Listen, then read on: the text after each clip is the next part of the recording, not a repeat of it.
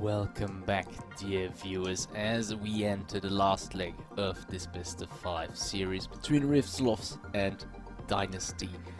Everything is at stake now, as one win will grant the winner this best of 5 series.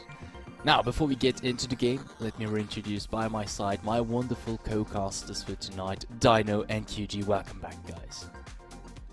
Oh, it's a double salute now. I wasn't ready for that one. Wow. He's bringing out all the stops for game 5. I'm so happy we get a game 5. Like if you were to tell me at the end of summer split after the finals, where it's like, oh, there's gonna be one spot up for grabs. It's gonna be Dynasty against SLOTHS, and they're gonna go to game 5 after Dynasty's 2-0 up, and then SLOTHS takes them to a 2-2.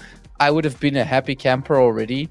The fact that I get to experience that just makes me even more happy, and I can't wait to get into the game because, I mean, it just all comes down to one game of League of Legends. That's what we're all here for, right? It's just like one flippy little League of Legends game where if you now botch a 2v1 dive, if you now give away a huge early lead like you did in game 2 against Dynasty, you just see your hopes and dreams shattered, while the other team is just completely euphoric and celebrating the fact that they go to Division 1.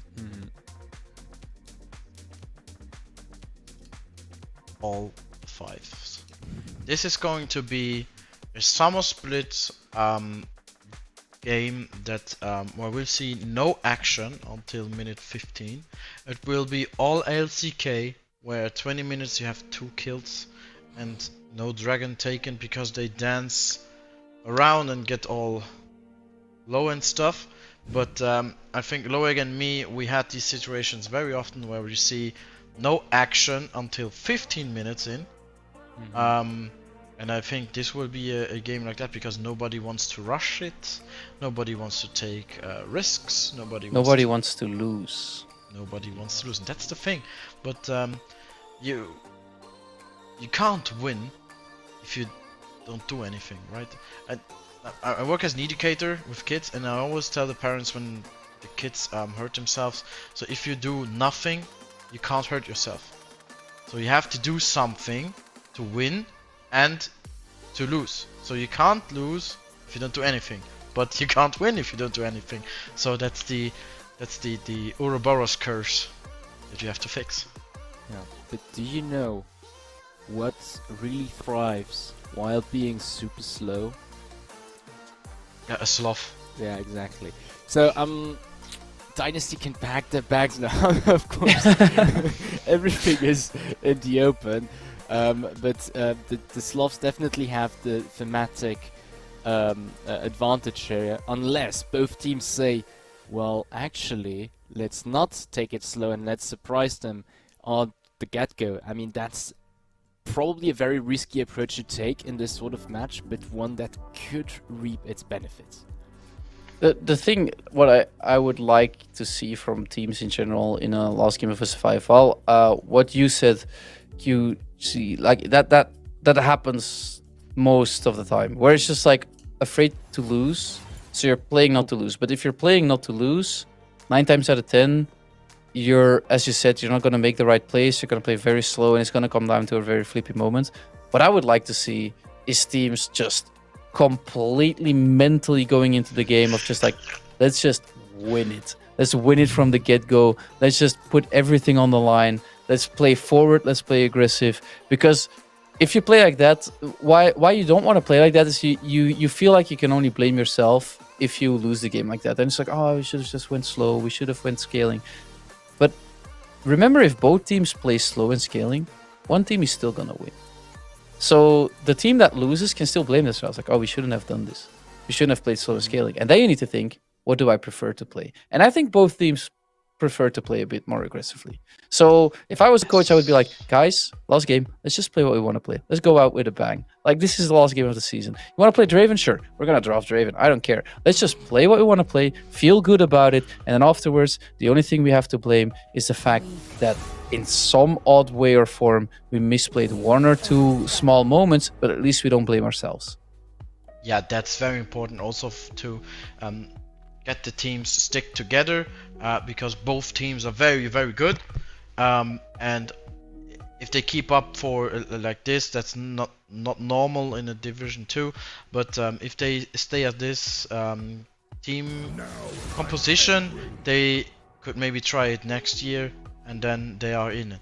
Or they get contracts for the Division 1 because they can show what they can do here, and that's also the thing that you want. You want to show off, and then maybe get higher up. Maybe there are some other ERLs that are watching, or the Division 1 coaches and managers that are watching, and then you just get, oh, he had a pentakill on that champ. Maybe he's very good, but yeah, what can we get from him? Is he actually that good, or is his team just good?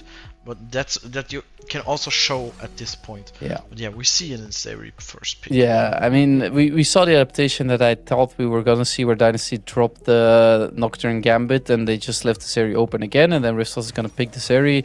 Dynasty is probably gonna go Xin Rakan. So yeah, I mean, it gets predictable, but for both sides of the draft. Okay, now we have Jarvan. Jarvan Yeah, Ari. probably. But it's like that's how you put the series on the line as well. It's a best of 5. You take your learnings out of it. Leaving Nocturne open was a mistake. Maybe Seri wasn't the problem. We still believe in the Rakan Xin Zhao, even though the time we rotated that first, we also lost. The Leona was the big answer there. Maybe we switch things up with Kassadin, but I don't think so. I want to see something better from Dynasty. We saw Nico Israel last time they drafted like this. I just want something different. Maybe take the Silas yourself. I was thinking about that last time when I already saw the Leona. I think Crash Down from Zeri on Silas is also pretty strong. So as long as they lock in the Jarvan here, I think Silas still has some good ultis to pick. Okay.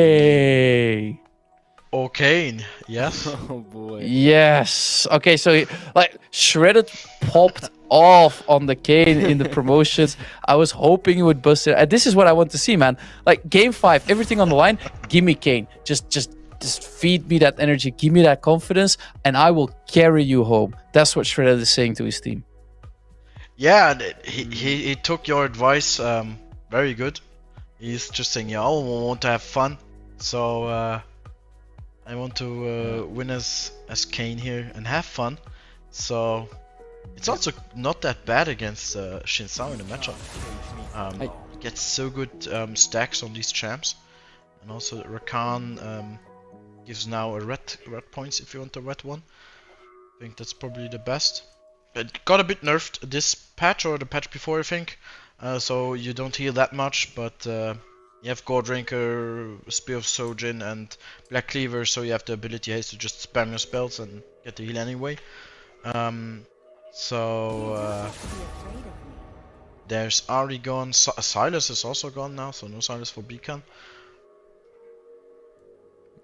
I want to say I also really like the idea of, okay, Shredded now, full confidence, I'll take the Kane.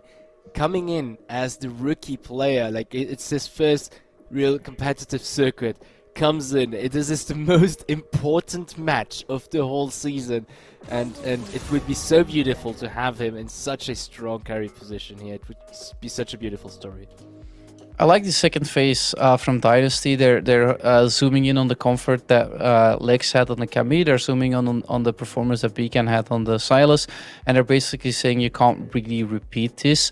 And they give some comfort back to their solo laners that was maybe lacking in the past 2 games. With the Varus, something that worked for them in the first 2 games, they have the same answer to this area that they used twice. The only difference is it's up against the Leona now instead of, I think it was the Nautilus they ran in the first 2 games. So for Dynasty, I think draft like adaptations are pretty cool. You're just not one-upping the Kane yet, but there's still hope. There's still hope. They could just lock a tank here and then go something really crazy in the mid lane, or they could just go for Orianna and something really staple. But yeah, there's still hope. You wanted the LeBlanc pick, right? Because the Syndra got banned, and I think that calls for LeBlanc. I think she's one of the best. Or if the situation was perfect, he could have went for a Xerath as well. It's gonna be Kai'Sa mid. Take care, take care. No, I think Adafel is just hovering her because it's the main and he can't pick it. Oh, and there's the snip. Okay. So I'm really curious what the saga is gonna play into the Gwen. I thought we were gonna see that way earlier into the series. Looking at the mid lane right now, we saw some hovers. I think Victor would be the easiest fit in this composition. Just if you look at the 1v1 against Orianna, if you want to scale with them, something that already worked in this series. But looking at the champion pool of Bican, you could go for that Kassadin, you could go for that LeBlanc. They go for the aggression, they go for the LeBlanc. I like this. Okay, I like Riftslots way more in this draft. They're not playing passive, they're playing to win. They're picking champions that are kind of like hit or miss with the LeBlanc, with the Kayn. They have confidence on stuff like the Gwen and the Zeri. They have the Leona for the easy engage. Now, in terms of go buttons, they are losing. I'll just put that one out there, because we have this guy that says that go buttons are everything, but I am a fan of just putting everything on the line. Oh. Oh. Damn, the faces we make this drop is. Yeah, Oh, there was through a the bunch roof. of really nice faces of you guys. That was. That was the go button for scary faces. It was his namesake. You have Orianna and Xin and Rakan to set you up for ult selection. I was instantly on board. Sadly, it's a Fiora, which is still a very cool champion to play in a 1v1 against a Gwen. Hasagi playing Yasuo in his last game would have just been bonkers, but yeah. Yeah, but yeah, this looks like a different thing from Rift Sloths. But damn, I like Dynasty. The go buttons are too damn good. But yeah, I see this the carriness of a Gren and a LeBlanc. But I don't think the static shift AP build is viable still, right? So you don't do that anymore. I mean, it's like technically it would still be viable if you just want to clear your wave, but it's just bad. Well, if you just go for Ludens, you have way more fun. So. And we are all for the fun for the last game, right? Yeah, but I was wanting to ask you a question. Like, go buttons, they have one weakness. Yeah, you have to go in if you're behind. Yeah, you that's don't have- that. So that's already a weakness. But they have another weakness I wanted to go into. They have another weakness. Okay. If you have carries that can peel for themselves. I see a LeBlanc, I see a Gwen, I see a Zeri that can stand against the wall. Like, you go in with the go button, but they peel for themselves. You miss your engage, and then they re-engage. And for Dynasty, So- they have go buttons, but the go buttons, except for the Rakan, are actually pretty slow. So the go in button is getting countered by the go out button, right? Yeah, Yeah. exactly. Okay. So let's see if that's true. Please don't So- have too many buttons, because yeah, but then you have to go back in button and You have the re-engage button. Yeah. And then Yeah. the re-counter engage button. So I just think the ease of execution on the go button also matters, and I think how a champion is able to play Yeah. around the go button makes a lot of sense as well. Like, if you see a Malphite and the enemy AD carry is a Varus, you're scared for the Varus. If it's a Xayah, you're like, hey Xayah, you just have to press your ult. It's not that hard. So if you look at Dynasty right now, I think the go buttons are amazing, but Orianna ulti is something that is easily dodged. And normally Beacon and Lex shouldn't have too much issue because Lex has his mist, Beacon has his jump. So Frankie's ult already should be of less value. Then you're looking at Rakan engaging. We just saw last games as well that if you're fast enough, you can actually disengage from Rakan's jump. It's a bit of a delayed engage. Most of the time in the late game, Rakan is jumping forward and then only landing the ulti. But if you again look at Beacon and Lex, they should be pretty safe in that regard. So I don't think Dynasty has a clear advantage on the go buttons just because of how Rift Slots drafted. And then I look at the aggression of Rift Slots and I get really happy. I have a lot Yeah. of aggression coming out from Dynasty here in the bot lane already. I totally see what you mean. But you need, I think the go buttons are always a dream composition where you have your oh nice W, where you have your dream team fight. If you go in with Rakan combined with a Oriana and then Shinsao coming afterwards. I think that's the dream team fight engage. And I think it's all about that with an Oriana especially that you want to have. It's not about the go button, it's how you execute the go button. But every team at this point executes the go buttons pretty good. Yeah, when you're casting, the go buttons always win. Yeah, so by that logic, Dynasty is going to Division 1. Okay. But we'll see. Quote me on that in about 40 minutes. I mean, the composition Rift slots drafted could win in 20 as well, so. Yeah. Oh, yeah, that hurt Gravelord. I mean, he found nice purchase there, but Ardafla being able to shoot at him for free, that's... Yeah, and then he missed his own feather, so he didn't get to heal. But we have some action in the Tribush. We have Humulu and Frankie both ready to get into it. If the Rift slots just get a tiny bit too far out. I don't know. Did they see that? Yes. Did what see that? Oof. Guys, mid lane is missing. Run. Yeah. But he do go for the tower dive. No. Gravelord is already really low. No You have way. TP also coming in from their own mid lane as Bukan is coming in. Gravelord is almost dead. Humulu no. gets caught here. A bunch of damage. So low. First blood goes to Ardafla.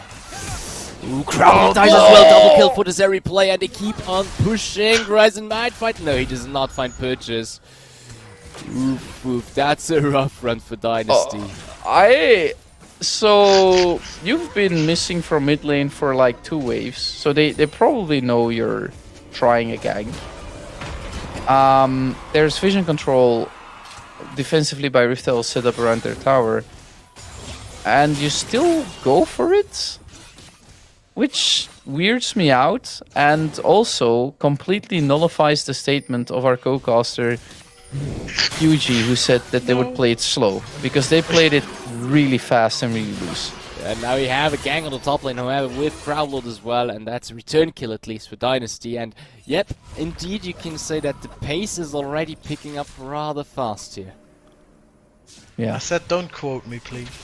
Oh, okay. I'm No, sorry. it's fine. Let us just quote me, please. Okay, so the fact that they went for this dive is completely mental, because the thing is, Ardeffer and Gryzen were already disengaging, so you already knew they had vision. Oh, Gravelord.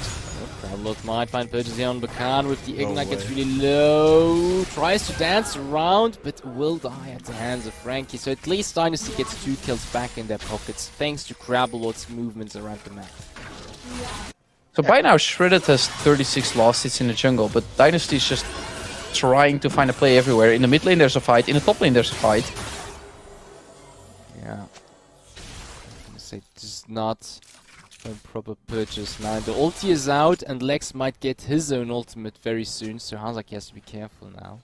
Oh, and Ignite too. Oh, that's bad for Hasaki. I think Hasaki has to clear that wave. I think he needs help. Just shove it in so he can... Yeah, no, just it's to fine. bounce away. No, I think it's fine. Yeah, it's a huge wave here. I think Lex goes in here once he hits 6, but the question is, does he get 6 in time? No. No. Okay. So, yeah, a lot of chaos. We see a small advantage for Dynasty in the mid lane, maybe, with the last hits and the kill. You had a kill for Hasagi as well, which will help in the 1v1, but then in the bot lane, the scaling 80 carry is 2-0 up and is halfway through a kill. So, if this series has learned me anything, Rift Heralds is gonna win the team fights in the mid to late game, as long as Dynasty don't run away with the game by now, because that's the failsafe they needed, and that's the failsafe that's online already. Yeah, that's what you're told before the series, and I think you're right. Proof behind Humulu is not level 6, and Shredded is farming so much. Mm-hmm. He's at least 2 camps ahead with the snacks. He's just power jungling right now. He's already level 6 as well. And Herald is gonna spawn very soon. Dynasty was able to pick up that first Drake already rather fast, something they've been doing actually in the first few games as well. Next objective is gonna be up and probably of interest to them as well, as Humulu is just in that vicinity as well. Yeah, I remember the scoreline of Shredded on the last game was 16-1, and then I don't know how many assists, but it was pretty high as well. That's not the numbers he's putting up right now, but that was against a Poppy, against a Jarvan, against an Orianna, and against a Lulu. All champions that Kane should normally not have too much fun against. If you look at what Dynasty have right now, there's not a lot of champions that really pose answers that are unsolvable or questions that are unsolvable for a Kane. So I really have my eyes fixated on him. Last time he went Duskblade, he went a lot of lethality items, he had a lot of fun. So I just want him to do the same.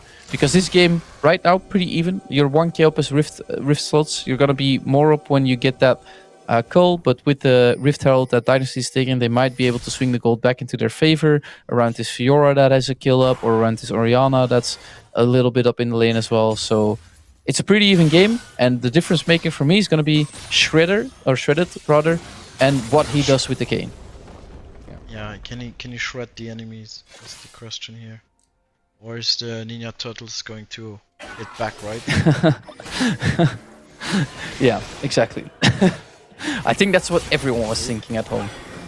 What are they gonna do? That was also Who is Shredder and who is the Turtles? Mm-hmm. Yeah, Humulu is counter ganking again. Counter jungling, sorry. which is good and because Shredded doesn't seem to realize that he's gonna go there already missing one camp. This Oh, is a but bit this could be tilting. bad. He has to be careful, that's true. Oh, there's a... Uh-oh. He's left out. Oh no. Yeah. Oh, that's even worse. The time waste. Ah, Well, it's Fine. fine.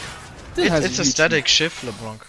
So just to wave clear against the Orianna, and then also to put pressure on the side lane. Hmm. So if you go full split push LeBlanc, you go Lich Bane into third item. I would hope so, because if you're going full split push LeBlanc, like you need Gwen to match Fiora because you don't want Fiora to match the LeBlanc. And then you would want Bleachbane to just apply pressure on towers and just, even if you just use it to clear the wave W forward, use your Bleachbane proc once on a tower, after a while that starts adding up. I wouldn't know why you would build a different item unless if the game starts devolving into a lot of team fights, but I think they want the 1-3-1 split because Kayn becomes so much stronger when he's allowed to roam from one side lane to the mid lane to the other through the walls. So for Rift slots, it would make sense. So we probably won't see fights happen, just little skirmishes. Dragon's also coming up. Little very aggressive skirmishes, yeah. Yeah. What I meant. essentially back alley cat fights, right? Yeah. The league equivalent of back alley cat fights. Ooh, very cleanse. nice cleanse there from Dark-Q. Doesn't waste a second.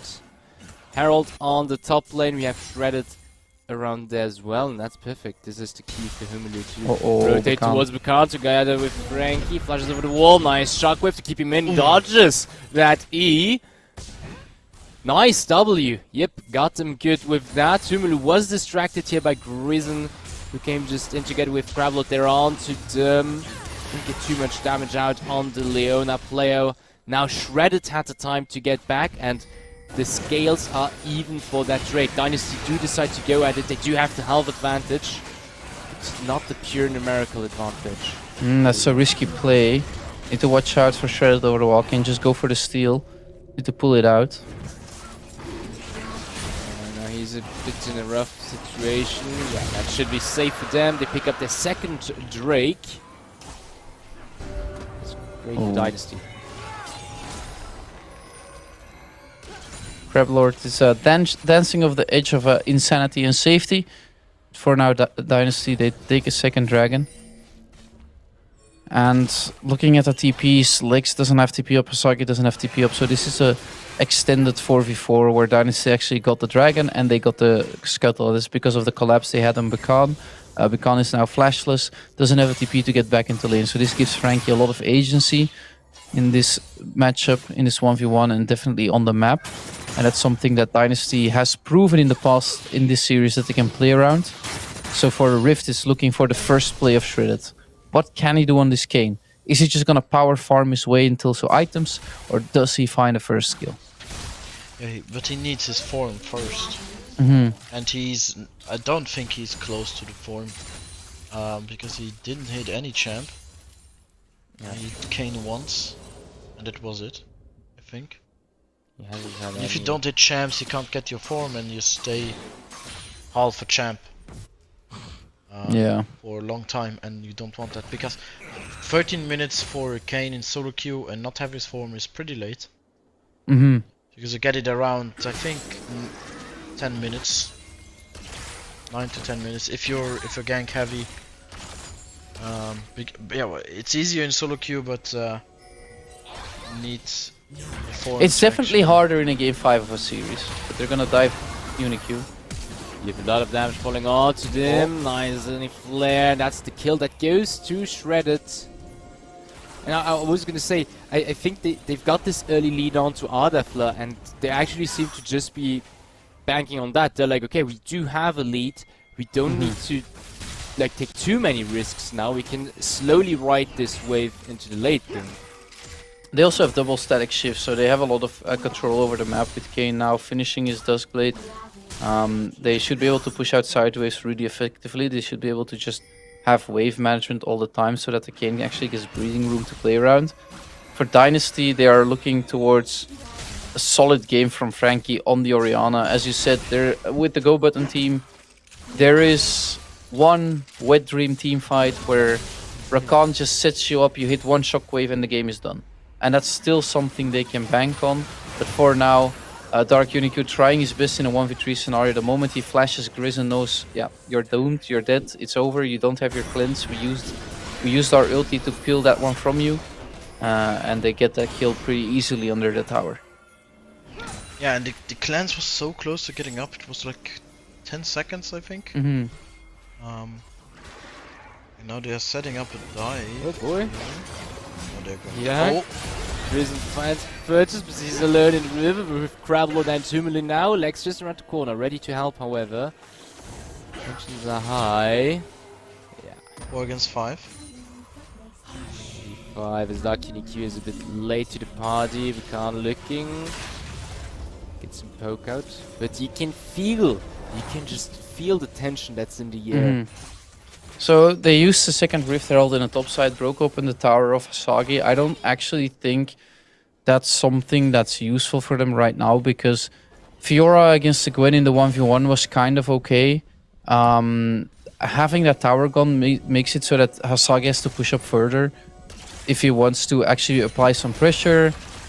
He can't really bounce his wave back properly, and Shredded can easily gank that lane now, getting closer and closer to his form.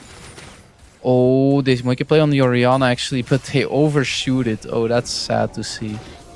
So, yeah, sorry, I was just fixated on the minimap. I know for the viewers that's a bit weird, but I just saw Shredded jump over Frankie when he was walking through a, like, choke point, so. It's unfortunate timing, I guess. Mm-hmm. And also, it's a ranged champ, and you want to hit that. So in 36 seconds, the dragon is spawning. I think this is like the most important point in time for Dynasty because they're behind in gold a little bit. They're kind of behind in tempo, but if they get this dragon, they can force a lot of problems for Rift Heralds around a potential soul point, and they still have a Varus, so they could still poke out Rift Heralds a little bit before the fight starts, and one good Orianna shockwave could then seal the deal. So They need to keep pressure this mid lane, keep pushing it forward. Don't get poked down by the double static shift and by LeBlanc over the wall. Middle lane, Brazilian Flare hits Clap, rolled in the middle is a fist for Oh. nice shockwave coming in from Frankie. That secures some 2 kills for Dark UniQ. Picard's still in the back line. But this is great for Dynasty as they're now able to pick back up in terms of kill and gold with that. Amazing shockwave from Frankie. We had Gryson and Shredded both caught in the shockwave, instantly bursted down. Now, as long as Sasagi doesn't go down in the side lane in the 1v1, and as long as they can take this dragon, they are setting themselves up for success in the future. You thought this was a good play for Rift Cells because they get Crablord out of there so fast, but Frankie was waiting with his shockwave and saw that they had the damage to take down the front line. And once the front line dropped with the static shift LeBlanc, they just didn't have enough damage in the tank to really reply. If you look at the gold leads, you have a 2k gold lead for the Zeri, which is a huge issue by now, but the Orianna is 500 gold up. You still have a slight edge in top lane where you're like almost 500 gold up as well, and you have a Dragon Soul to play for. Yeah, but the combination of the Varus AoE burst damage and the Orianna AoE just saved them the play. Crablord who had to die for that, and he also bursted down Grison, and Leona is actually tanky in the early game, or at this point with the W, and also the Even Shroud, And the Aftershock. And the Aftershock, yeah. Yeah. So to burst the Leona is not favorable, or actually not the thing you want to focus on. To burst down the Leona, but yeah, it works. And the AoE is just, it's like a truck from the lethality. But I want mana is not finished. what I want to see for Rift Herald is that they capitalize on this forward-facing vision they put down in the mid lane. They get a lot of control over the map because they just push down the mid tower. We will have Dynasty sending Hasagi bot side to try to pressure the tower there. I think Lex should still be okay under tower, shouldn't be in too much of an issue. And then you have Rift Heralds with some good vision control around the mid lane. They are now resetting a bit early maybe, allowing some retake of the vision for Dynasty. But yeah, there's not really an objective to play for right now. So I understand that you just want to go back, play it safe, spend some money, get some power spikes maybe, and then try to play for the next fight. Yeah. And Kane is unleashed. No, he's not. Oh, He's still When not is a he champion. he's still not the champ. Yeah, I think we have to not forget that Shredded still isn't really in the game, not having his form, and this will make a huge difference. To give We Rift don't Herald see an edge. in the spectator how far he is, right? You have to use the LEC API for that. Yeah, Yeah. I think so. What is kind of scary for Dynasty is that Kane is not really a champion yet, and teamfights are already pretty close. Yeah. So once that changes, a lot changes. So they really need to use this window of opportunity. But if you try to overforce it, you basically give Kane his form for free.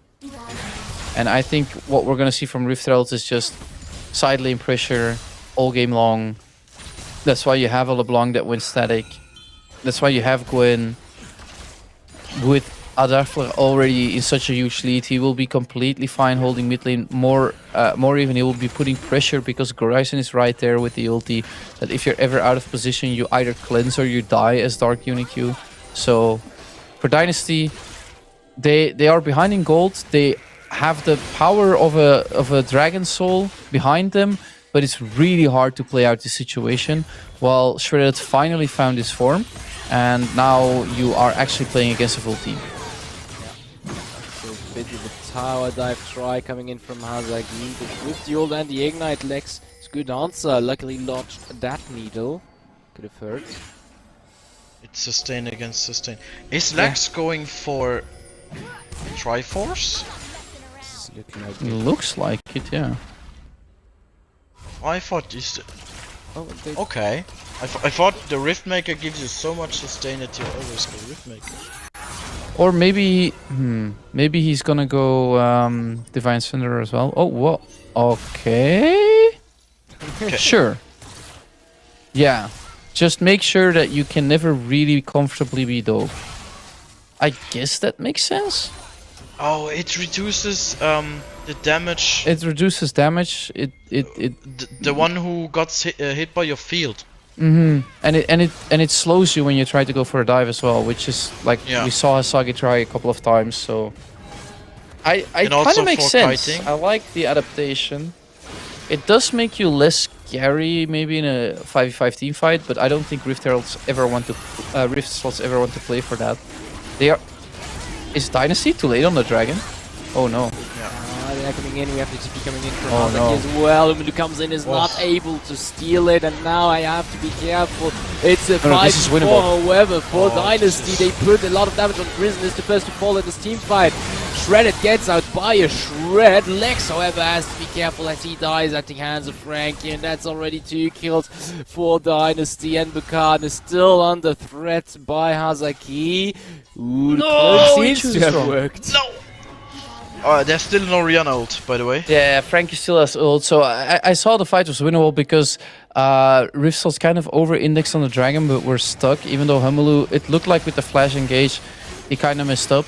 They still have Orianna ult, but we've seen Dynasty lose from this position before. I think Rift Slots want to fight this, and I think for them, on the side of Dynasty, this might be something you need to peel off. Yeah, Shredded has his form as well. Ulti is up as well, so things are good. Dark is already really low from that Baron. Frankie is also low as well, however, so has to be careful here. Bukan in front of Hazaki is gonna die. They do get that Baron. Hazaki is able to keep the Rift Slots far away for long enough. Zenith flare, very nice. Kane goes in, but has to get back out because the rest of Dynasty is dead. Overall, Rift Slots do try to deny it, but are not able to. Man, Dynasty, with the skin of their teeth, get out of that Baron pit. And I saw it go really wrong because you have so many champions that love to play around Chaos on the side of Rift Slots. This fight, this spirals out of control. The moment Gryzon walks forward and the rest of the team is halfway disengaged because nobody's really in range to follow up. And even though you have some damage, Bukan on the LeBlanc really wants to get some poke down first, and Dynasty really capitalizes on that moment. Afterwards, around the Baron with a LeBlanc, with something like a Zeri, it could have been a really dicey situation. Dark Unique and Frankie both end up using their flash, but they do get the Baron, and that's the big kicker. They now finally took over tempo completely, even though they don't have the soul yet. They just have to stall for 3 minutes, get some bigger gold lead, get some control. I would prefer if they get down at mid tower as well to get some control over the map, and then afterwards they can just run the game from there.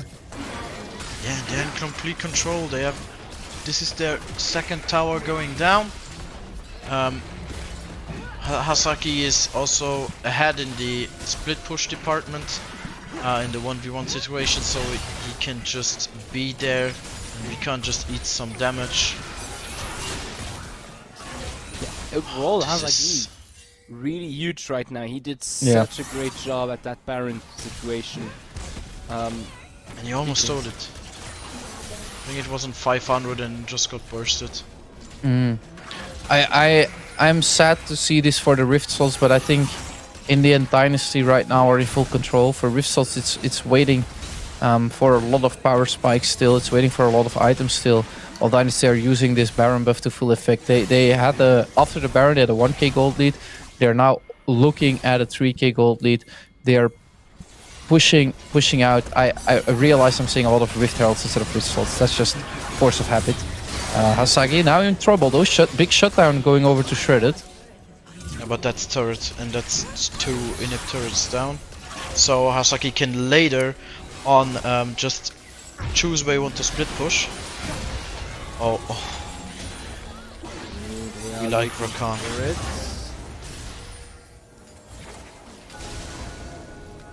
So 1 minute for Dragon. They can't back. Shredded is just too big of a threat. He's now starting to get into this game. This is really late.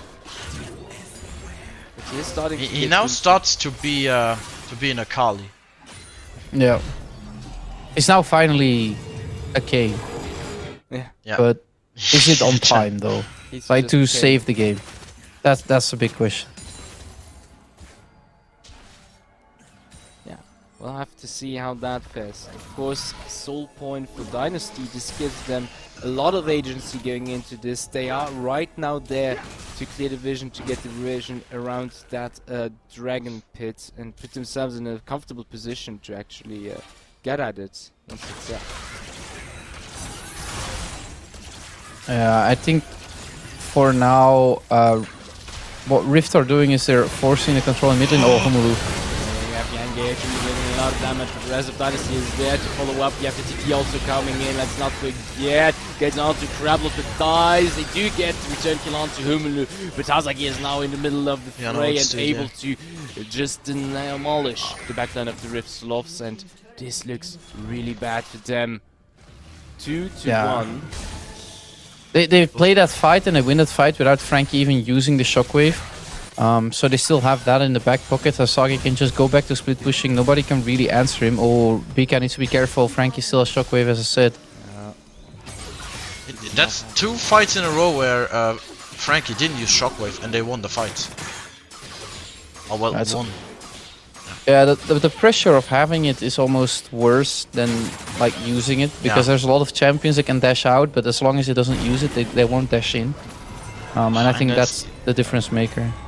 Yeah, the 11% damage or the 22% damage difference. 11 less, 11 more.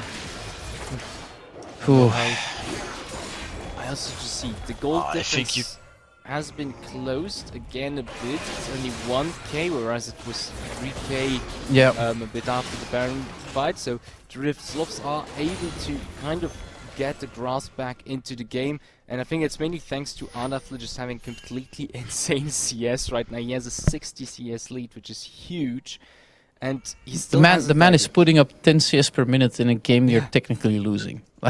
yeah. Hasn't died a single time.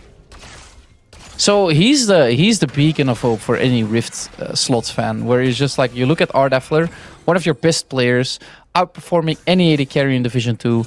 It's the last game for promotion into Division 1. Everything is on the line. You see he's 303 on Azeri, 10 CS a minute, has 700 gold shutdown. You're going to see Crab Lord and Dark Unicorn use abilities just to get out of his grasp. But the problem is that Frankie and Hasagi are ahead of their counterparts, and that's a gap you need to close. And it looks like they are trying to take action to get Hazagi out of the equation. He is able to flash out. We also had lags onto Frankie on the bot lane just earlier, taking out that shockwave. And that's TP for Flash. So the lead you have bot lane, you instantly lose topside and more. So the Fiora in isolation against the Gwen is pretty strong.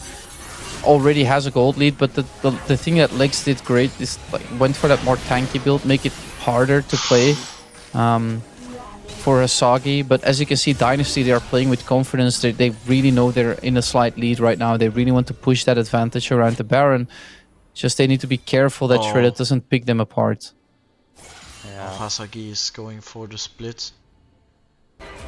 Going for the inhibs, we have resets coming in from Dynasty and this Rift Sloth as well. Shredded trying to keep them there as long as possible while 2 members are backing to take off. Asagi, that's a 1v2. And Ardafla is there. He's the main damage source here for the Rift Sloths. Definitely a danger. Oh, he's getting cornered. He's not fine. He needs help. Yeah. No, he doesn't. He doesn't. He does. No, he doesn't. Definitely doesn't need help. What? Never mind. 18 versus level 14 champions. Baron is really low. It goes to Dynasty and the fight ensues. Gravelord is very low. Will die first, probably, but Shredded has to be careful as well. Very nice damage from the needles here from Lex. Gets the kill on Hazaki. This is huge.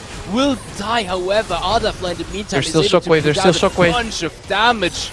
Yes, Shredded is next to fall. It's now a 2v3 in favor of Dynasty. Buchanan and Ardafla are forced to back off. They were able to survive so long. Frankie's just not using Shockwave because the pressure of having Shockwave is making it impossible for Rift Arrows to play. And by the time that they realize they should have been playing the fight, Holy. Dark Uniq snipes Bekan, and Humulu got a triple kill on the Xin Zhao. This probably is game. This is double inhib. And is this game? Yeah, they have 2 minutes on. Out of love with Grizzly, it's the 2v3. It's I don't believe it. But second inhib game for Dynasty for sure, but falling back might be a great call here.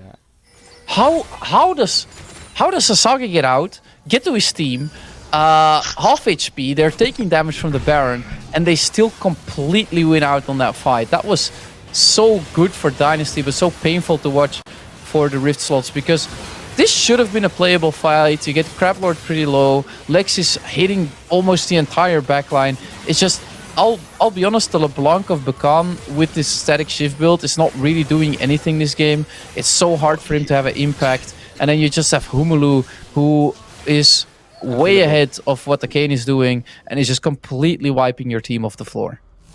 Yeah, and Homolo is missing Death's Dance, and if he has Death's Dance, he's not going He's to die, immortal. ever. Yeah. He's immortal. He already God has right the now. Hextech, the Chemthic Dragon Soul. Yeah. Oh, he There has it it. is. Never mind. I mean, he already And he's pretty going much for was, the to be fair. GA, and I think Beacon's dead here. Yeah. Definitely. Won't juke his way out of Nice it. There's dodges. some pretty nice jukes, however, gotta leave him that, but Oh, but the pressure from Hasaki and then the 2 inhibs that are down. No. We need to talk about what's really going on here. The curse of the go buttons is just too strong. Like, that's what's going on. Yeah, man, I have to become an LEC caster just because of the go button. Please, And, Riot, watch the stream. I think in general, Dynasty is just showing way more willingness to make the plays from the start of the game, even though Rift Slots showed us that from draft, and it's paying off. And Dynasty, they're in the last lap, they're looking to stamp their ticket to Division 1. there's Yeah, oh no. Ooh, Catch and Frank, keep it a fight ensues, and the situation turns around. It's Ryzen who dies first.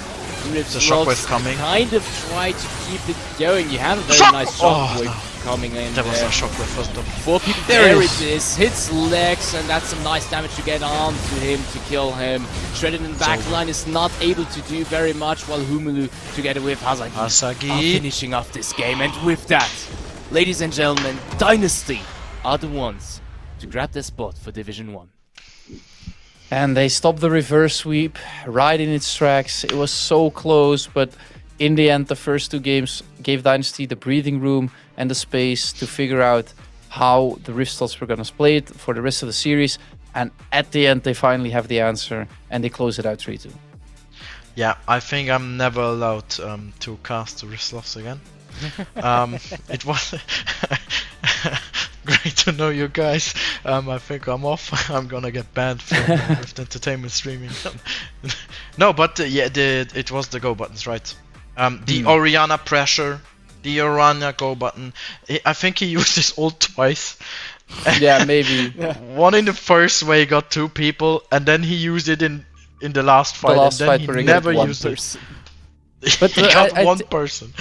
I also think the LeBlanc with the static shift was kind of an issue after a while. I get the idea behind it, but it just fell flat a bit. If the Oriana is not really dishing out that much damage, but dishing out a lot of shields, using the EW, the QW a couple of times and not pressing the ult, then LeBlanc should be able to at least put that Varus into the grave. But because you're playing static shift LeBlanc right now, it's just not doing that much for you. And if you see the stark difference between Beacon on that and Beacon on the Victor or the Silas this series, then you start to question the draft a little bit. But for Rift Slots, what I liked is that they put it on the line in the draft. They went for stuff like the Kane and LeBlanc. They went for aggressive picks. For Dynasty, it was really cool to see that they were molded in these best of 5s. They came out of Summer Split as a 4th seed. They went through playoffs, made it into finals, pushed Rift Slots to 3-2. And in the last game, they are not afraid to make really aggressive calls. They dove the most telegraphed dive you've ever seen in your life. They gave up 2 kills, and any other team in a best of 5 would just be like, "Oh, guys, we completely messed up this game. It's unplayable. We lose." What do? Let's just rotate across the map, see if we can find a play topside, see if we can find a play mid lane. Oh, we'll try bot lane, and suddenly they're not in that huge of a deficit. So well played to them. And sadly, for the Rift Slots, that's where the run towards Division 1 ends. While for Dynasty, this is some sort of return to glory, because they used to be one of the top teams in the Benelux, and now they are ready and primed to take that spot again. The Dynasty Yeah. is restored. The Dynasty is restored. It's going on. I know that Frashtana also in the playoffs talked about the Dynasty of Dynasty, and I think he at this point he is so happy for Humelu, for his German buddy that made it into the Division 1. I am hyped for Dark UniQ. I'm really happy. He's a very good ADC. He and Frankie, I think, did a lot in Dynasty, and they just crushed it this series. You see that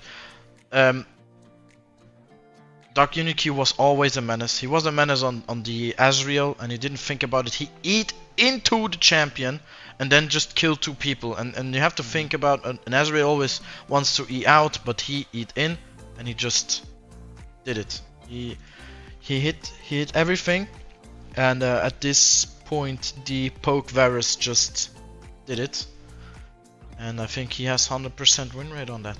Yeah. I think what's really worth mentioning is, in the end, in my opinion, in this best of 5, every single player of Dynasty had their moment to shine. You had also Crablord when he had the Rakans, where he could bait out the whole team of the Rift Sloths and still get out beautifully. Also now in those Baron situations, you had Hazaki, who did such huge things on the Fiora, or even in the Jax in those games. Although they lost, he still had some very good moments. They've all had those moments to shine, and I think it really shows. You kind of mentioned it indirectly there, but how much they grew as a team over the course of this whole split. They had such a rough time at the start of the summer split. It just got incrementally, slowly but surely better over the course of the plays, over the course of this promotional tournament. They just got better and better and better, and it really paid off, because they played so well today against the Rift Sloths, which of course they also did really great, but in the end it went to Dynasty, and all props to them. Yeah, and I want to quickly add on to that Hasagi holding his own against Lex in that 1v1 at the end, winning it out with the Fiora against the Gwen, pulling that one out. He played it once in this run in the promo relegation, but still, that made a huge difference in this game, I think, because I think Lex came into his own on the Camille, banning it out, and then going for the Gwen. I think the fact that he had less of an impact actually made a huge difference for Dynasty in Game 5. Yeah, also the impact on Gwen was not that big. I think the Fiora was way too strong. Split pushed way better with the Hydra build. Could heal up on a wave that Lex couldn't, because he went for the Icebound Gauntlet, not for the Riftmaker, else he could have also healed on a wave more than he actually could at this point. But yeah, I think this also showed that the Sloths are not unbeatable. And it also shows that it's not because Ardafla wasn't there for Game 1, because the things that happened weren't focused on Game 1. It was late in, it was Game 2, and Game 5, that, where the Dynasty just had the better comps and the better execution, the easier execution of a comp than Rift Sloths had. They had to get the Kane ahead. That didn't happen. He got after 20 minutes he got his form, and that's, I think, way too late for Shadow Assassin Kane. So he can dish out the walls and go to side lanes and just jump over the wall and kill you. That didn't happen, and that was, I think, the how you call it, the the backlash of the Kane pick. He was not a champ until 20 minutes. He's like a Kale, but he has to act, and Kale just waits and becomes a champ, but he has to act. But yeah, it was a good idea to, as you said, Dino, to have fun at the last game of the season, and I hope Shredded had fun on his Kane pick, but I think Frankie had more fun with pressuring everybody, with pressuring like 9 other champs, then not hitting R button. I think he removed the R button and just had to click it with the mouse. Therefore, he just used it 2 times. I think that could be a reason. I'm so sad because in the end, like the slow and steady approach that Dynasty had, which of course goes a bit against the brand that Results didn't take that one, is of course the thing that wins at the end. But I want to iterate that they drafted like that, but they definitely didn't play like that. They really grabbed this game by the throat, and that's what I like to see as well, where it's just like they go into the game and they're playing like it's the first game of the series, where they're just 4-stacking a dive bot lane, instantly rotating that Rakan to top side, just playing completely mentally high tempo. And 2 of those plays work out. The one that really fails was the bot side, so Zeri was the only issue. They have a winning top side, and the beautiful thing is that both Frankie and Hasagi, along with Humulu in the jungle, then can play at the top side in such a way that UniQ can come to its right as well in the late game team fights, and that you can see Crab Lord on the Rakan also doing a lot of damage. Sadly for the Rift Souls, that meant that at a certain point in time, Dynasty just completely took over, and it was really that skirmish around the Baron where they just were like, okay, we're punching our ticket to Division 1 and there's nothing standing in our way. Yeah, that's what Hasagi thought when he went against 5 people and came to his team, and they just killed Baron, and then they just almost aced. That's like, I don't know, I think Hasaki didn't have any pressure. He was like, yeah, if I win this game, I win it. If I lose it, I lose it, you know. It is what it is at the end. And he just threw us his way out just like that. But yeah, that's insane getaway mechanics. Because he was at the base, and then he was at Baron, and there were 5 people going to him, and he almost escaped, and he escaped. That's just, and he almost got a kill too. Solo 4 against 1. I saw it in on the edge of the screen. Yeah. Oh, well, Hazaki is definitely a one-man army on his own, which bodes really well for Dynasty going into Division 1, because if they have a one-man army in their team, they surely already have an edge against a one-man army. Alright, this was a really bad joke. And that's how we are gonna end tonight, on a bad joke. It's late for everyone. Yeah. This is a bit our brand, bad jokes, I feel like, as well, anyways. So it's a good end to the split. Unfortunately for the Riftsloths, it ends there. For Dynasty, it will go on in Div 1.